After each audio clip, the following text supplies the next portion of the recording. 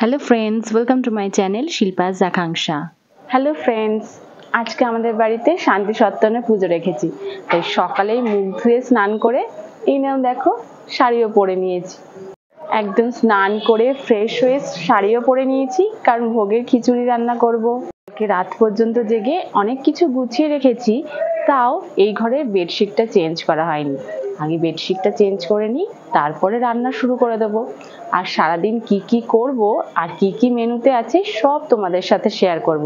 তাহলে চলো তাড়াতাড়ি কাজগুলো করে নিই, আর অবশ্যই পুরো ভিডিওটা দেখো।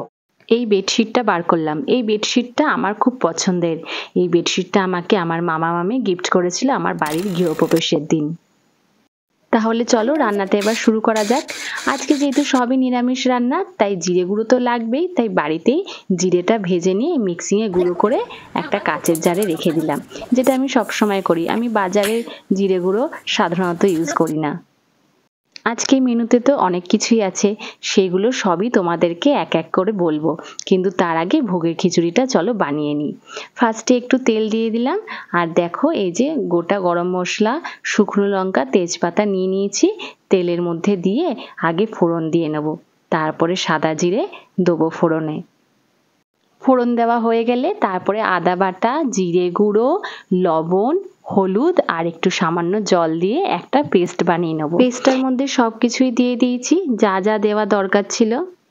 তারপরে পেস্ট বানানো হয়ে গেলে পেস্টটাকে ভালো করে নাড়িয়ে নিতে হবে। ভালো করে নাড়ানো হয়ে গেলে এই পেস্টটা কড়াইয়ের মধ্যে দিয়ে দেবো। এই পেস্টটা দেওয়ার পর তারপর টমেটো কুচিয়ে রেখেছিলাম, সেই টমেটো কুচি দিয়ে দেবো। তারপরে 3-4টে কাঁচা লঙ্কাও দিয়ে দেবো। প্রথমেই তো গোবিন্দভোগ চালটা জল দিয়ে ধুয়ে জলটা ঝরিয়ে রেখেছিলাম, সেই চালটাই এবার দিয়ে দেবো।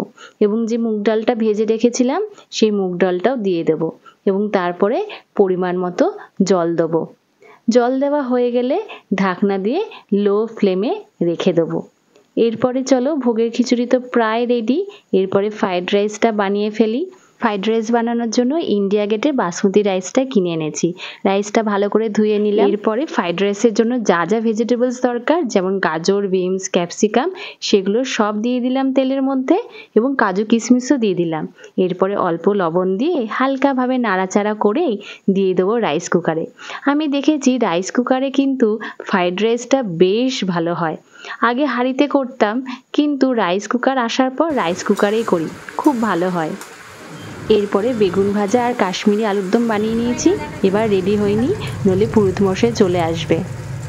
আর এই যে আমি রেডি হয়ে গেছি, সবুজ শাড়িটা পরলাম।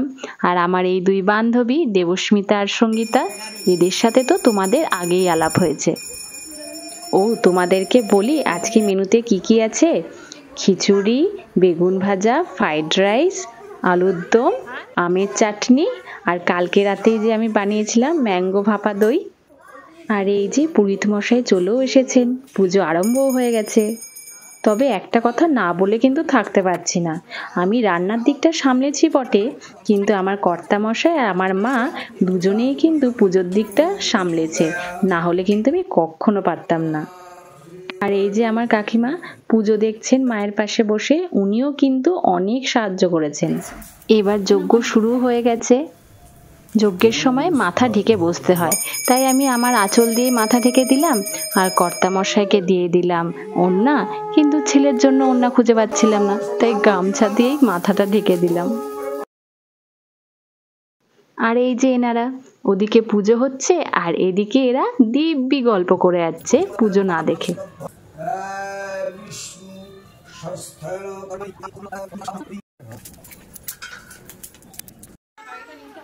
পুজো শেষ হয়ে গেল, তারপরে রুমা, শুক্লা, সুরজিৎরা ঢুকলো।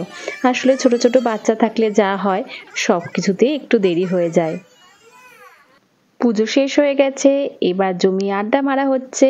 খেতে যাওয়ার আগে একটা দুটো ছবি তো তুলতেই হবে। এবার খাওয়ার পালা।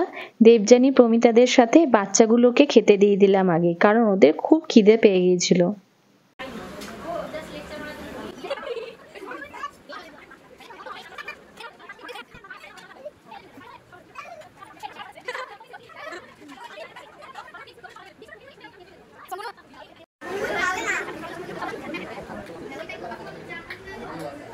আর এই যে কাল রাত 1টার সময় বানানো আমার সামার স্পেশাল ডেজার্ট ম্যাঙ্গো ভাপা দই।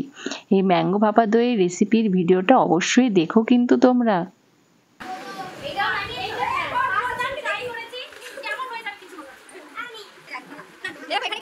সত্যি টেনশনে ছিলাম, ম্যাঙ্গো ভাপা দই রেসিপিটা ফার্স্ট টাইম ট্রাই করেছিলাম না সেই জন্য। তবে সবাই খেয়ে কিন্তু খুব ভালো বলেছে। তোমরাও রেসিপির ভিডিওটা দেখো আর অবশ্যই ট্রাই করো। তারপর বাচ্চাদের খাওয়া দাওয়া হয়ে যাওয়ার পর আমরা বন্ধুরা সবাই মিলে একসাথে বসে পড়লাম মাটিতে।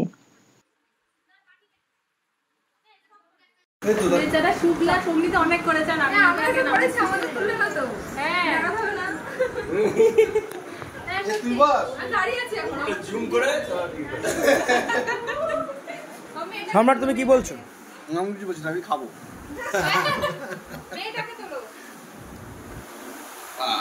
সত্যি বাড়িতে কোনো অনুষ্ঠান হলে আমরা একত্রিত হই, মনটা খুব ভালো হয়ে যায়। তার সাথে মাটিতে বসে খাওয়া দাওয়া গল্প করা, তার আনন্দই কিন্তু একদমই আলাদা।